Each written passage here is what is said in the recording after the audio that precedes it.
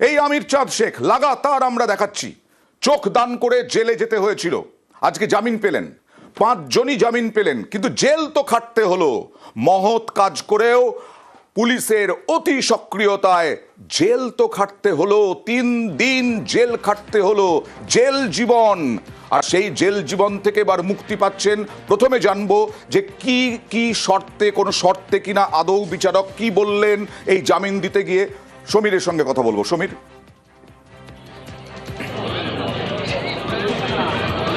দেখো, শর্ত বলতে একটাই যে 2000 টাকার বন্ডে মুক্তি দেওয়া হয়েছে, অর্থাৎ যে 5 জন আসামি ছিলেন যারা জেলে ছিলেন তাদের প্রত্যেকে 2000 টাকার বন্ডে বিচারক জামিনে আবেদন মঞ্জুর করেছেন। এবং এক্ষেত্রে কিন্তু যিনি বাদীপক্ষ, যিনি অভিযোগ দায়ের করেছেন, সেও কিন্তু এফিডেভিট জানিয়েছেন যে এদেরকে যদি জামিন দেওয়া হয় সেক্ষেত্রে তাদের কোনো আপত্তি নেই। এবং বিচারক কিন্তু এটা শোনার পরে তাদেরকে জামিনে মুক্তি দিয়েছেন। এবং এর পাশাপাশি পুলিশের কাছ থেকে কিন্তু পোস্টমর্টেম রিপোর্ট চাওয়া হয়েছিল, কিন্তু পুলিশ জানিয়েছে যেহেতু এখনো পোস্টমর্টেম রিপোর্ট হাতে পাওয়া যায়নি, অতএব সেটা কোনো সাবমিট করা সম্ভব নয়। যদিও এসব শুনানির পর্বের পরেই কিন্তু বিচারক তাদের 5 জনকে জামিনের আবেদন মঞ্জুর করেছেন এবং ব্যক্তিগত 2000 টাকার বন্ডে তাদেরকে জামিন দেওয়া হয়েছে।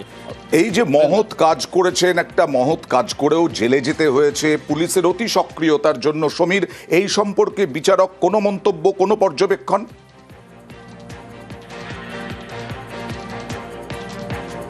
দেখো, এই নিয়ে কোনো আর্গুমেন্ট হয়নি, কোনো পক্ষে এই বিষয়টি উত্থাপন করেনি। খুব স্বাভাবিকভাবেই কিন্তু এই যারা বিবাদী পক্ষের অর্থাৎ যারা আসামি পক্ষে তার আইনজীবী জামিনের যখন আবেদন করে এবং বিচারক উভয় পক্ষের কথা শোনার পরে কিন্তু 2000 টাকার বন্ডে জামিন আবেদন। আসলে পুলিশ কি চাইছিল কোন রকমের জামিনটা হয়ে যাক, কারণ পুলিশ তো অস্বস্তিতে গত কয়েকদিন ধরে আমরা যেভাবে দেখাচ্ছি।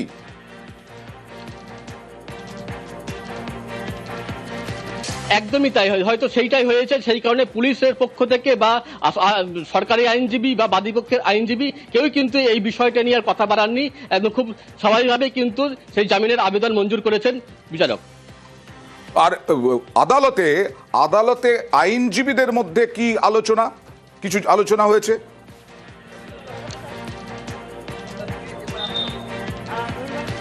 দেখো, এখানে প্রথমেই যে বাদীপক্ষের আসামি পক্ষের আইনজীবী তিনি জামিনের আবেদন করেন এবং এর পাশাপাশি যেখানে বাদীপক্ষের আইনজীবী ছিলেন তারাও কিন্তু সেই কোনো বিরোধিতা করেননি।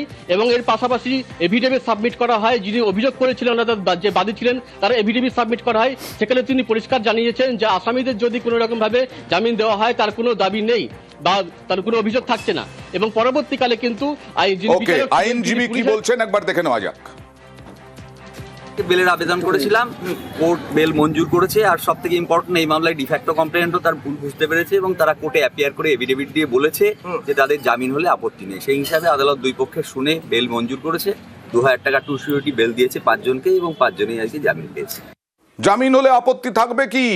লাগাতার তো আমরা দেখাচ্ছি একটা মহৎ কাজ করেছেন আমির চাঁদ শেখ, তিনি এই রকম কাজের সঙ্গে যুক্ত, তারপরেও আমির চাঁদ শেখের জেল খাটতে হলো। আর হামলাকারীরা, যেদিন বাড়িতে হামলা হয়েছিল তারা কোথায়? তাদের দিকে নিষ্ক্রিয় কেন? সরাসরি চলে যাব প্রতিনিধি সমীরের কাছে। সমীর, আমির চাঁদ শেখের শ্বশুর তো এফআইআর করেছেন, এফআইআর দায়ের করেছে পুলিশ হামলাকারীদের নামে, তাদের ক্ষেত্রে কি পদক্ষেপ?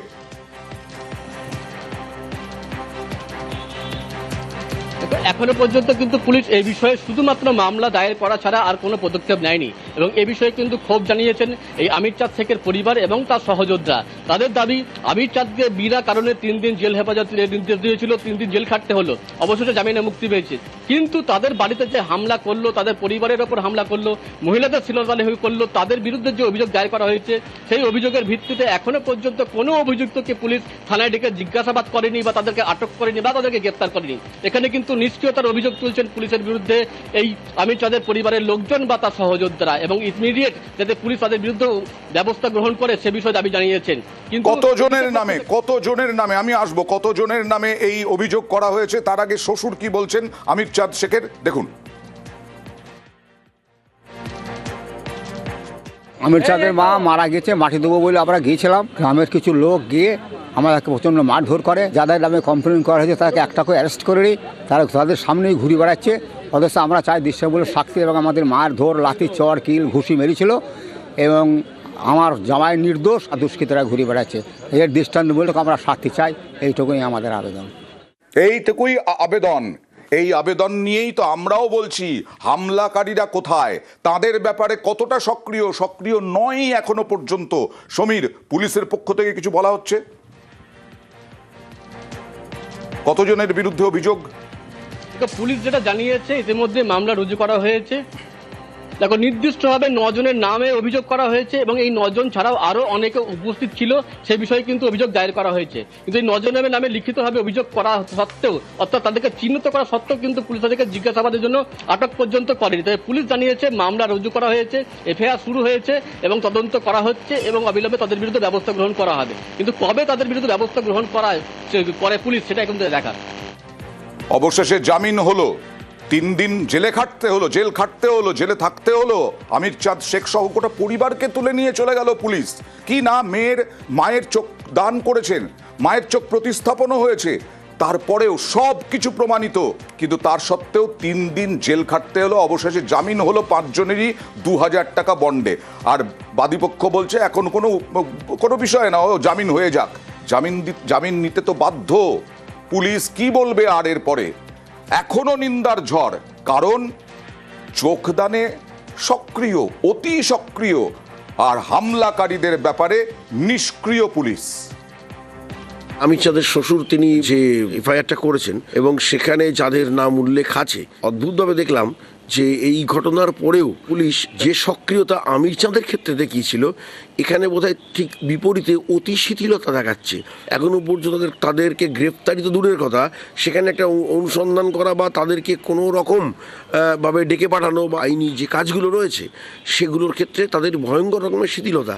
তাদেরকে না অ্যারেস্ট করে আজকে আমির চাঁদকে অ্যারেস্ট করা হয়েছে এবং অভিযোগ হওয়ার পরেও তারা এখনও ঘুরে বেড়াচ্ছে। এটা তো খুবই আশ্চর্যের বিষয়। আমরা এ দাবিও রাখবো যে তাদের অবিলম্বে গ্রেপ্তার করা হোক। পুলিশের এই অ্যাক্টিভিটিসের বিরুদ্ধে আমরা কিন্তু হাইকোর্টে মামলা লড়বো আগামী দিনে।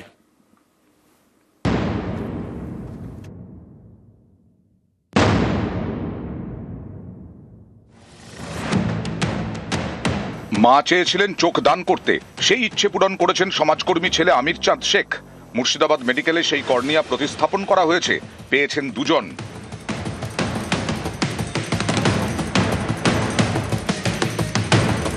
সোশ্যাল মিডিয়ায় পোস্ট করে আমির চাঁদের পরিবারকে কুর্নিশ জানানো হয়েছে।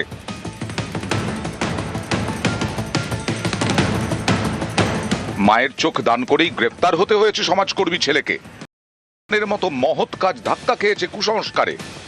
চক্ষুদান তো একটা মহৎ দান।